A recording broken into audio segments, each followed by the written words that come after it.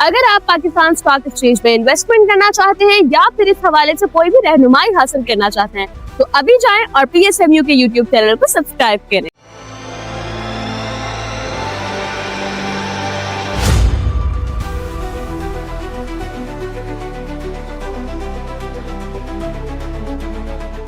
अस्सलाम वालेकुम, मैं हूं नादिया अनवर और आप देख रहे हैं पाकिस्तान शेयर मार्केट अपडेट्स।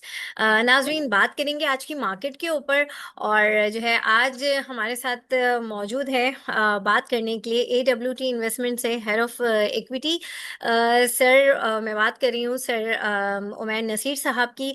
और जो है उनसे हम बात करेंगे मार्केट के हवाले से। और जो है फर्स्ट टाइम जो है वो मेरे प्लेटफॉर्म पे वो आए हैं और माशाल्लाह से he has a huge experience of equity market. और उनसे हम बात करेंगे कि फर्दर मार्केट को कैसा देख रहे हैं। रिजल्ट्स भी आगे हैं, फर्दर रिजल्ट सीजन्स है, क्या मामलात आगे रहेंगे, क्योंकि जो है एज नॉट आर एक्सपेक्टेड जो हमारी इंटरेस्ट रेट था वो तो मेंटेन ही रहा, जो हमें एक्सपेक्टेशन नहीं थी। आगे उसका मार्केट में क्या इम्पैक्ट देख रहे हैं, सेक्टर वाइज सारी बातें करेंगे।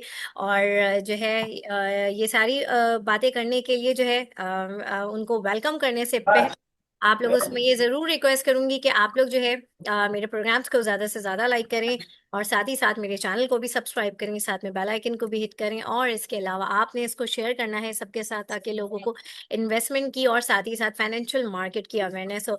तो चलिए जी, चलते हैं अपने गेस्ट को वेलकम करते हैं और उनसे बातचीत करते हैं। अस्सलाम वालेकुम sir. Assalamualaikum. Thank you for inviting me on the show. जी। वालेकुम सलाम sir, thank you so much sir for your time और welcome to my session. Sir, सबसे पहले तो जो है मैं चाहूंगी आपसे कि आज की मार्केट का जो है एक ओवरव्यू आप शेयर करें हमारे नाजरीन के साथ। जी। आज अगर हम देखें तो BSE 100 इंडेक्स 188,380 पॉइंट्स पे क्लोज हुआ, हम्म। जिसमें हमें 177 पॉइंट्स का इंक्रीज नजर आया। और अगर हम मार्केट को क्लोजली अगर देखें, तो जो इंडेक्स हैवी वेट स्टॉक्स हैं जिसमें OGDC PPL है, हम्म। दे मेनली लेड रैली, और उसमें जो है हमें 1% और 3% का जो है इंक्रीज नजर आया। बाकी मार्केट अक्रॉस द बोर्ड हमें थोड़ी सी फ्लैट नजर आई, या स्टॉक्स हमें नेगेटिव नजर आए, बट OGDC PPL ने जो मार्केट का जो इंडेक्स है उसमें हमें नजर आया कि स्लाइटली पॉजिटिव क्लोजिंग दी। और OGDC PPL का जहाँ तक ताल्लुक है, हमने देखा कि कल जो एक फेडरल कोर्ट ने जो एक फैसला दिया है सुपर कोर्ट से मुतालिक, हम्म। उसमें OGDC PPL जो है वो इम्पैक्ट होते नजर नहीं आ रहे। उनको कंसेशन एग्रीमेंट्स के तहत सुपर टैक्स की जो इम्प्लीकेशंस हैं हाँ। वो लागू नहीं होंगी। और प्रोबेबली अगर ये चीज उनके फेवर में जाती है तो वो पिछले सालों का टैक्स भी हो सकता है रिवर्स कर रहे हो। इसकी वजह से हमने देखा कि काफी इसमें इन स्टॉक्स में इंटरेस्ट आया और ये इन्होंने पॉजिटिव क्लोजिंग दी। सही, बिल्कुल। अच्छा सर, अब थोड़ी सी बात कर लेते हैं हम रिजल्ट्स के ऊपर बात कर लेते हैं। आज हमने देखा कि जो है हीनो का रिजल्ट आया और लकी का जो है रिजल्ट आया। थोड़ा सा मैं चाहूंगी थोड़ा सा इसके हवाले से बताएं आप। जी। सबसे पहले बात कर लेते हैं हम लकी सीमेंट की। तो हम्म। लकी सीमेंट का जो रिजल्ट है, उन्होंने 15 रुपीज की ऑलमोस्ट अर्निंग्स जो है पोस्ट की फॉर द क्वार्टर, जो कि largely in line with expectations थी। हम्म। और उसमें जो है ऑल्दो हमें ईयर ऑन ईयर थोड़ा सा मार्जिन में और सेल्स में गिरावट नजर आई, बट वो लार्जली जो है एंटिसिपेटेड थी, क्योंकि कुछ उनके जो LCI से रिलेटेड बिजनेस है और ऑटो से रिलेटेड बिजनेस है उसमें थोड़ा सा इम्पैक्ट था। बट जनरली अगर हम सीमेंट सेक्टर की बात करें, तो उसने एक हमें जो एक्सपेक्टेशन थी कि मार्जिन सेम रहेंगे वो हमें होते हुए नजर आए। तो लकी सीमेंट का रिजल्ट जो है उसको हम तवक्कुआत के मुताबिक कह सकते हैं। और हमें लगता है कि आगे जाते हुए जैसे जैसे सीमेंट सेक्टर की डिमांड जो है वो बेहतर होती है, हम्म। उस तरीके से जो है हमें इम्प्रूवमेंट नजर आ रही होगी सीमेंट सेक्टर में, और खासतौर पे लकी सीमेंट के सेक्टर में। हम्म। हीनो पार्क का रिजल्ट अगर हम देखें तो 3.2 रुपीज का इन्होंने लॉस पोस्ट किया है। लॉस थोड़ा सा ज्यादा था। हम्म ये हिनोबाग जो है उस तरीके से जो है रिजल्ट्स अपने पोस्ट नहीं कर पा रही है, परफॉर्म नहीं कर पा रही जिस तरह दूसरी गाड़ियां जो है ऑटो मैन्युफैक्चरर्स हैं वो कर रहे हैं। तो इनका रिजल्ट थोड़ा सा वीक था, बट उसमें बहुत ज्यादा लोगों का रिसेंटली कोई इंटरेस्ट भी नहीं आया। लेकिन जहां तक अगर रिजल्ट्स की बात हो रही है तो मैं दो चीजें यहाँ पे मेंशन करना चाहूंगा। हम्म कल जो हमने देखा कि रिजल्ट्स आए थे इंटरनेशनल स्टील का और हम्म साजगार का। तो इंटरनेशनल स्टील का रिजल्ट काफी बेहतर था तो से 2 रुपए 29 पैसे की अर्निंग उन्होंने दी थी। और उसकी वजह ये है कि उनकी सेल्स इम्प्रूव होना शुरू हुई है, जिसकी वजह से हम उनकी रिजल्ट्स में बेहतरी देख रहे हैं। इसके साथ साथ साजगार में हमने देखा कि क्या कहते हैं रिजल्ट्स जो है थोड़ा सा तवक्कुआत से कम था। 66 रुपीज की अर्निंग आई as compare hmm to expectation of 79 rupees. But उसमें अगर हम देखें तो क्योंकि इनकी न्यू कार लॉन्चेस थी इस पीरियड में, तो उन्होंने अपना सेलिंग एंड डिस्ट्रीब्यूशन एक्सपेंस काफी हायर साइड पे शो किया। अब आगे जाते हुए जब हम देख रहे हैं कि टैंक 500 का बहुत अच्छा रिस्पॉन्स आ रहा है, उसकी हम्म डिलीवरी भी 6 से 8 महीने में हो रही है। तो आगे जाते हुए जब टैंक 500 के नंबर्स आएंगे 7,000 के रिजल्ट, तो वो काफी ज्यादा बेहतर हो सकते हैं नेक्स्ट फ्यू क्वार्टर्स में। तो साजगार और इंटरनेशनल सी दोनों का आउटलुक जो है काफी अच्छा लगता है। हम्म और अब नेक्स्ट जो मार्केट की रैली है वो डिटरमिन करेगी, जो रिजल्ट हैं वो डिटरमिन करेंगे कि मार्केट कितना अच्छा रिस्पॉन्स करती है, स्पेशली अगर हम स्टॉक वाइज देखें। ओके सही। और सर अभी आगे ये भी एक्सपेक्टेशन की जा रही है जो बैंकिंग सेक्टर है इन इनमें क्या डिविडेंड का इस वक्त सिनेरियो है, क्योंकि अभी इंटरेस्ट रेट भी मेंटेन रहा, तो अभी इनके जो रिजल्ट्स आएंगे उनमें क्या देख रहे हैं आप? जी, बैंकिंग सेक्टर में जो आखिरी क्वार्टर होता है या आखिरी जो ईयर एंड है उसमें हम देखते हम्म हैं कि हमेशा से हमें एक एक्सपेक्टेशन होती है कि बैंक्स जो है अपना एक अच्छा पे आउट दे रहे होते हैं फाइनल रिजल्ट के साथ। तो उसकी भी बिल्कुल उम्मीद की जा सकती है कि एक अच्छा डिविडेंड हमें नजर आ रहा होगा बैंकिंग सेक्टर के साथ। बट अब बहुत सारी बैंक्स ने डिविडेंड पे आउट जो है उसको क्वार्टरली कर लिया है। तो वो जो है हमें एक कंसिस्टेंट ट्रेंड नजर आ रहा है और वो जो है आखिरी क्वार्टर में भी नजर आएगा। बट जनरली जो है बैंक्स अपनी प्रॉफिटेबिलिटी का 50% पे आउट जो है वो करते हैं शेयर होल्डर्स को। तो वो उस सिलसिले में हमने देखा कि बैंक्स में इंटरेस्ट रहा भी है और आगे जाते हुए भी बैंक्स में इंटरेस्ट रह सकता है। फिर इसके साथ साथ जो अभी स्टेट बैंक ने मॉनेटरी पॉलिसी में इंटरेस्ट रेट कट नहीं किए, हम्म तो उसमें एक तो ये था मार्केट पार्टिसिपेंट्स का कि इन्होंने इंटरेस्ट रेट कट नहीं की है, लेकिन उसके साथ साथ उन्होंने कैश रिजर्व रिक्वायरमेंट बढ़ा दी है, कम कर हम्म दी है। कैश रिजर्व रिक्वायरमेंट जो 5% होती थी अब उसको कम करके जो 6% होती थी अब उसको कम करके 5% कर दी, जिसकी वजह से मार्केट में एक एडिशनल लिक्विडिटी आएगी। हम्म और उस डिपॉजिट पे जो बैंक्स अर्न नहीं कर रहे होते थे वो भी अब अर्न कर रहे होंगे। इसकी वजह से बैंकिंग सेक्टर में थोड़ा इंटरेस्ट रह सकता है। सही बिल्कुल। अच्छा सर, कल हमने देखा कि आफ्टर प्राइवेटाइजेशन ऑफ पीआईए हम देख रहे थे कि वो स्टॉक एक जगह पे स्टक था। कल हमने एक उसमें मोमेंटम देखी, तो लोग ये भी एक्सपेक्ट कर रहे थे कि अब इस स्टॉक में जो है एक रैली स्टार्ट हो गई है, तो क्या कहेंगे इसके हवाले से, और वो जो मोमेंटम था वो क्या था? देखिए थोड़ा सा स्टॉक स्पेसिफिक डिस्कस करना थोड़ा सा मेरा मुश्किल हो जाएगा मेरे लिए, लेकिन जाहिर है जब प्राइवेटाइजेशन हुई है इस कंपनी हम्म की, और एक एक्सपेक्टेशन है कि एक प्राइवेट सेक्टर का प्लेयर इसमें आएगा। हम्म और हमने जैसे न्यूज़ रिपोर्ट्स में पढ़ा है कि अप्रैल ऑनवर्ड्स वो इसकी मैनेजमेंट को संभाल लेंगे। तो सही। जब वो इसकी मैनेजमेंट को टेक ओवर करेंगे तो डेफिनेटली उसमें इम्प्रूवमेंट्स लाएंगे, जिसमें फ्लीट में जो नए जहाज की एडिशंस हैं, हम्म जिसमें अपने ऑपरेशंस को ऑप्टिमाइज करने की बात है, जिसमें जो एम्प्लॉयज हैं वो अभी तो उनमें कोई कटौती नहीं होगी या कट नहीं होगा, लेकिन आगे जाते हुए वो जो है जो एम्प्लॉय टू प्लेन रेशो है उसको भी मेंटेन करेंगे, तो उसमें बेहतरी की उम्मीद की जा सकती है।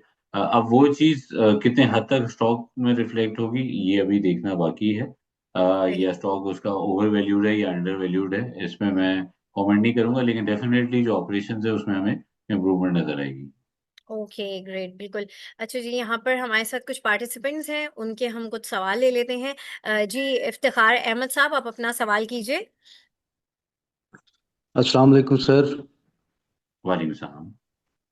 अच्छा सर, मैंने पूछना था इसके बारे में। एक तो बीओपी के बारे में बता दें कि इसका टारगेट एक दे दें, और दूसरा कुहाड़ सीमेंट के बारे में बताएं। ये फिर डाउन जा रहा है, तो इसके बारे में ज़रा थोड़ी मालूमात दे दें। आपने दोबारा रिपीट कीजिएगा, कोहाट बी सीमेंट और कौन सा सवाल किया? बीओपी।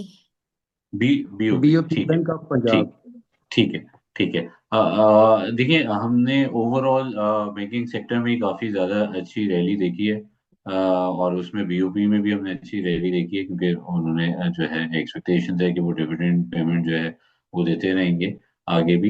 इस एक्सपेक्टेशन में उसमें री रेटिंग हुई है, और पुराने जो उनके एनपीएल्स के मसले थे वो अब एड्रेस होते हुए नजर आ रहे हैं। तो बैंकिंग सेक्टर में इन्वेस्टर्स का इंटरेस्ट रहेगा। लेकिन ये है कि अब हमें ईएनपी सेक्टर में भी काफी ज्यादा जो है इंटरेस्ट नजर आ भी रहा है, और आगे हमें लगता है कि ईएनपी सेक्टर जो है ज्यादा अच्छा परफॉर्म कर सकता है। और बैंकिंग सेक्टर में चाहे बैंक ऑफ पंजाब हो या दूसरे स्टॉक्स हो, वो भी परफॉर्म करेंगे। ऐसा नहीं है कि उसमें कोई बहुत ज्यादा डिक्लाइन नजर आएगा। हम्म। लेकिन हम जो एक्सपेक्ट ये कर रहे हैं कि जो दूसरे सेक्टर्स हैं, जिस तरीके से बैंक्स ने एक लीड ली थी, आगे जाते हुए हो सकता है कि बैंक्स में थोड़ा सा स्लो डाउन आए।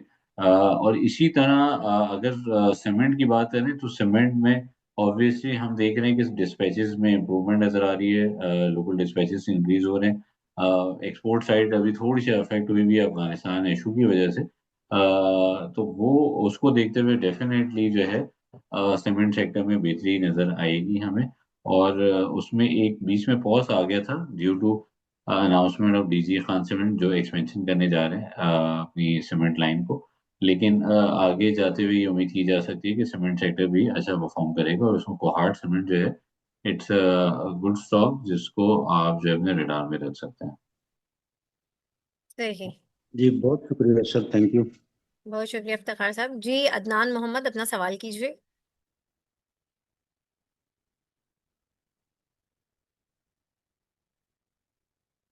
जी सागर साहब, अपना सवाल कीजिए। जी। सर, आपको में बहुत टाइम से कहा जा रहा है कि मतलब ये परफॉर्म करेगा, लेकिन इस परफॉर्मेंस आ नहीं रही आपको में। ठीक है। और दूसरा सर, मेरा क्वेश्चन है फैक्टो सीमेंट के रिलेटेड। बहुत टाइम से मतलब कि प्राइसेस गिरती जा रही थी, आज अचानक से कैप मारा है। तो क्या आउटलुक है दोनों का, जरा प्लीज इसके बारे में बता दीजिए आप। ठीक है। अच्छा, आपके लिए सागर और बाकी लोगों के लिए भी एक अगर चीज मैं बताऊं, तो देखिए स्टॉक्स बहुत सारे लिस्टेड हैं, 600 कंपनियों के आसपास जो लिस्टेड हैं स्टॉक एक्सचेंज पे। उसमें हमें ये देखना होता है कि जो उनके पॉजिटिव्स और नेगेटिव्स हैं, वो क्या मार्केट में कहीं प्राइस इन तो नहीं हो गए, ऑलरेडी जो है स्टॉक में चीज जो है वो रिफ्लेक्ट तो नहीं हो गई प्राइस में। और वो जो उसकी वैल्यूएशंस हैं या फंडामेंटल्स हैं, वो उसने ऑलरेडी जो है मार्केट ने उसको इनकॉर्पोरेट तो नहीं कर लिया। तो जब भी कोई स्टॉक को आप एनालाइज करें, उसको इस नज़र से ज़रूर देखें कि इसकी जो अर्निंग्स है, ये जो फंडामेंटल्स हैं, वो ऑलरेडी प्राइस इन तो नहीं है।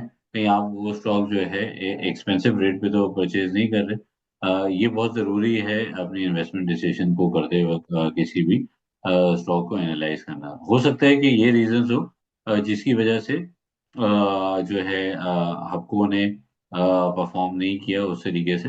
और अगर आप एक चीज नोटिस करें, तो जो लीडिंग ब्रोकरेज हाउसेज हैं, उन्होंने भी जो अपने टॉप पिक्स दिए हैं मल्टीपल ब्रोकरेज हाउसेज में, उसमें शायद हप्को नहीं है, या कोई अगर एक्स वाई जी कोई भी शेयर है या नहीं है, तो वो डिटरमिन करते हैं कि वो उसमें क्या वैल्यू देख रहे हैं, और वो करंट रेट के मुकाबले में आपको क्या रिटर्न ऑफर कर रहे हैं। हो सकता है हप्को के मुकाबले में दूसरे स्टॉक ज्यादा रिटर्न ऑफर कर रहे हैं, जिसकी वजह से लोगों का इंक्लिनेशन उसमें ज्यादा हो। तो आपको ये चीज एसेस करने की जरूरत है। और ये चीज जो है फैक्टर सीमेंट के लिए या किसी भी स्टॉक के लिए जरूरी है कि आप उसके फंडामेंटल्स को देखें, और उसकी जो वैल्यूएशंस है उसको कंपेयर करें उसकी अर्निंग्स पोटेंशियल को से, और उसके फंडामेंटल से। सही, बहुत शुक्रिया सागर साहब। जी रोहान, अपना सवाल करें।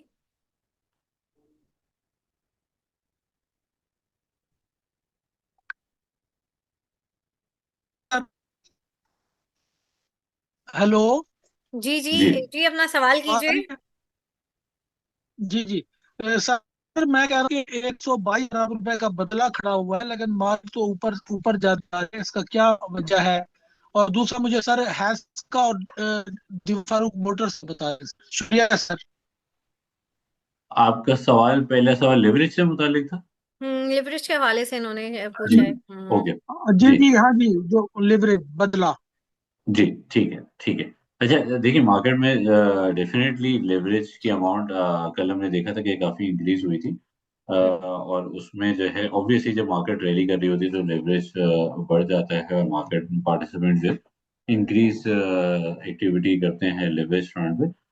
बट अगर देखा जाए मार्केट का जो आउटलुक है वो हमें जनरली काफ़ी ज़्यादा अभी भी इन लेवल्स पे भी पॉजिटिव लगता है, क्योंकि अगर हम देखें अभी भी मार्केट जो है 9 के प्राइस टू अर्निंग मल्टीपल्स पे चल रही है। और अगर हम इसका fair price to earning multiple निकालें, जो कि हम निकालते हैं using inverse of discount rate या रिस्क फ्री रेट, तो उसको में भी अगर हम देखें तो 9.5 से 10 का प्राइस टू अर्निंग मल्टीपल बनता है, विच मीन्स कि there is some still some upside left in the market, जिसकी वजह से हमें मजीद रीरेटिंग नजर आ सकती है। उसके साथ साथ री रेटिंग के साथ साथ कंपनीज जैसे हम रिजल्ट देख रहे हैं अपनी अर्निंग्स भी बूस्ट कर रही हैं, और जो डिविडेंड यील्ड भी 5-6% वो देती हैं, वो भी मार्केट में उसका इम्पैक्ट इनकॉर्पोरेट होता है, जिसकी वजह से KC 100 इंडेक्स, क्योंकि टोटल रिटर्न इंडेक्स है, तो वो इंडेक्स जो है आपका परफॉर्म करता है। तीसरी बात ये है कि अगर आपने देखा हो कि जो स्टेट बैंक की मॉनेटरी पॉलिसी हुई थी उसमें गवर्नर साहब ने दो चीजें मेंशन की थी। एक, उन्होंने रिजर्व्स के नंबर की फोरकास्ट भी अपनी बताई, और GDP की ये ग्रोथ के नंबर जो है उन्होंने इंक्रीज, जो प्रोजेक्शंस हैं वो इंक्रीज की, विच मीन्स कि they are seeing higher production levels, higher sales levels, and they are seeing increase economic activity in the country. और जब ये इकोनॉमिक एक्टिविटी कंट्री में बढ़ेगी तो lot of these players are listed on the exchange, उनकी earnings बढ़ेगी, उनकी profitability बढ़ेगी, और उसका रिफ्लेक्शन मार्केट में आएगा।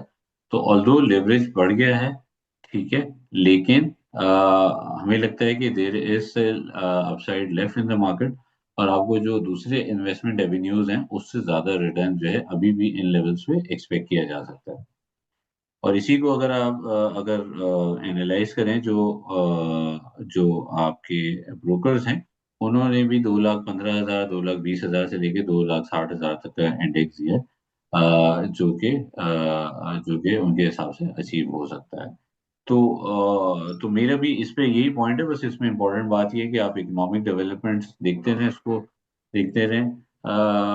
जो है अगर हमारे फॉरेन एक्सचेंज रिजर्व बढ़ते हैं, GDP ग्रोथ इंप्रूव होती है, तो definitely we will continue to see market increasing further. और सर जो स्टॉक्स पूछे हैं मैंने, हैस्कॉल दीवान का पूछा है फारूक इन्होंने। मोटर्स का और हैस्कोल का, हैस्कोल और दीवान फारूक मोटर्स का, इसका आउटलुक तो बता दें सर। शुक्रिया।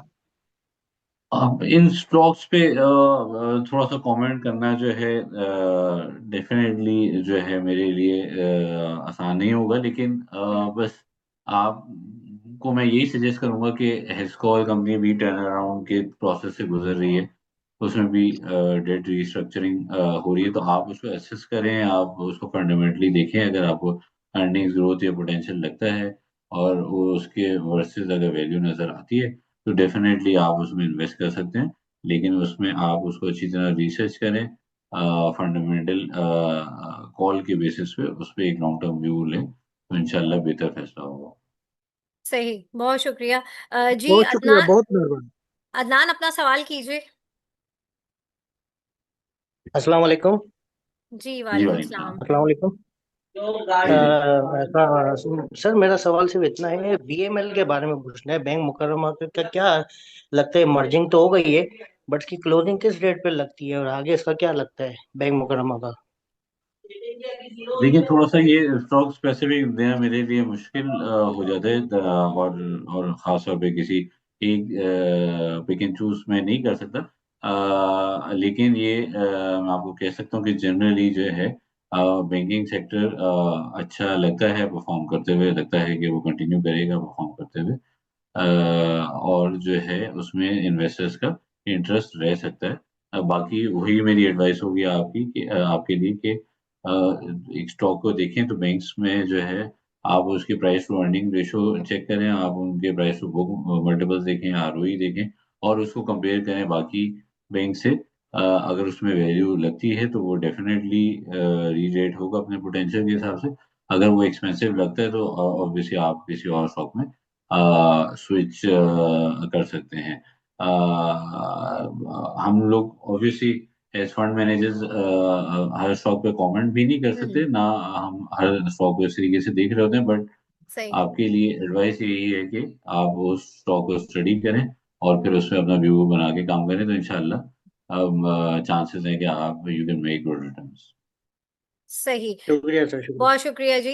अच्छा सर, अब मैं चाहूंगी कि कल की मार्केट के हवाले से अपना जो है एक व्यू शेयर करें, क्या लग रही है, क्या प्रिडिक्ट करेंगे, क्योंकि अब अभी तो हम मिड ऑफ द वीक में हैं, दो इस वीक के सेशन बाकी हैं, क्या लग रही है मार्केट, और साथ ही साथ जो है कौन से ऐसे स्क्रिप्ट्स हैं या सेक्टर्स हैं जिनको आप इन्वेस्टर्स को सजेस्ट करेंगे कि इनमें जो है काम करना उनके लिए अभी बेहतर है, क्या कहेंगे? जी। तो वो कल की मार्केट की अगर मैं बात करूं तो जैसे आप लोगों को पता है कि ये फ्यूचर रोल ओवर वीक जो है ऑनगोइंग है। हम्म। और उसमें हमने देखे जनरली जो है थोड़ा सा मार्केट थोड़ा ब्रेक लेती है, प्रेशर लेती है।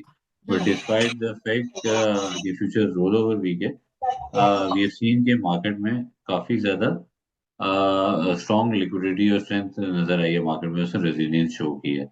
और इस हफ्ते भी बहुत ज्यादा कोई मार्केट नहीं गिरी डिस्पाइट एक्सपेक्टेशंस के शायद हमें मार्केट में कोई करेक्शन नजर आए। तो लगता है यही है कि मार्केट जो है अगले कुछ दिनों में अच्छा परफॉर्म कर सकती है। ओके। और उसमें मेरी सजेशन हमेशा की तरह यही होगी कि स्टॉक मार्केट में एक medium to long term view लेके चलें और डे टू डे बेसिस पे ना कोई 100% जो श्योरिटी के साथ प्रिडिक्ट कर सकता है, ना सही। उसमें आप अच्छे पैसे बना सकते हैं। तो लॉन्ग टर्म व्यू अगर हम सबका है, अगर इकोनॉमी के हालात अच्छे जो लग रहे हैं अभी वो कंटिन्यू होते हैं, तो डेफिनेटली 2,15,000 2,20,000 का इंडेक्स अचीव होगा। और वो उसको नियर प्रिडिक्ट टर्म। करना सिर्फ जी का मुश्किल है कि आज होगा, कल होगा, परसों होगा। लेकिन हम्म। 2026 का ये टारगेट है। 2026 में हमें उम्मीद है कि ये जो है इसके चांसेस हाई हैं, ये प्रोबेबिलिटी हाई है कि ये इजीली अचीव हो जाए। और सही। दूसरी चीज ये है, सेक्टर्स के बारे में मैं कमेंट कर सकता हूँ, स्पेसिफिक्स हम्म। थोड़ा सा बताना मुश्किल है, लेकिन सेक्टर्स के बारे हम्म। में डेफिनेटली मैं कमेंट कर सकता हूँ। मुझे लगता है कि ईएनबी सेक्टर, क्योंकि उसमें बहुत पॉजिटिव डेवलपमेंट हो रही हैं और हाँ। वैल्यूएशन के हिसाब से अगर आप देखें तो वो अभी भी मार्केट से कम वैल्यूएशंस पे चल रहा है। उसमें सही। सुपरटेक से रिलेटेड पॉजिटिव डेवलपमेंट है, रेकोडेक से रिलेटेड काफी पॉजिटिव डेवलपमेंट है, हम्म। क्योंकि कॉपर और गोल्ड की प्राइसेस काफी रैली कर रही हैं। तो हम्म। ईएनबी सेक्टर मुझे लगता है कि ये लीड करेगा इंडेक्स को और वो अच्छा परफॉर्म करता रहेगा। सही। फर्टिलाइजर सेक्टर काफी ज्यादा चल चुका है, हो सकता है उसमें थोड़ी सी करेक्शन आए इन लेवल्स पे। बैंकिंग सेक्टर अच्छा परफॉर्म कर सकता है। फिर हम्म। उसके साथ साथ हम सिक्लिकल सेक्टर्स पे अगर आए तो जैसे हमने आईएसएल का रिजल्ट देखा, हम्म। देखना होगा कि कल आईएनआई का रिजल्ट कैसा आता है, तो स्टील सेक्टर हम्म। भी जो है अच्छा रिजल्ट दे सकता है और स्टील सेक्टर भी अच्छा परफॉर्म कर सकता है। तो मुझे लगता है कि ईएनपी स्टील ये जो है अच्छी परफॉर्मेंस दे सकते हैं। सही। बैंक्स किसी हद तक जो है वो भी अच्छी परफॉर्मेंस दे सकते हैं। सही सही सही, बिल्कुल। Thank you sir Umar, thank you so much. और हमारे साथ जितने भी पार्टिसिपेंट्स हैं, आप लोगों का भी बहुत शुक्रिया। और नाज़रीन, यहाँ पे लूंगी मैं इजाज़त, इंशाल्लाह आप लोगों से फिर मुलाकात होगी, तब तक के लिए अल्लाह हाफिज़।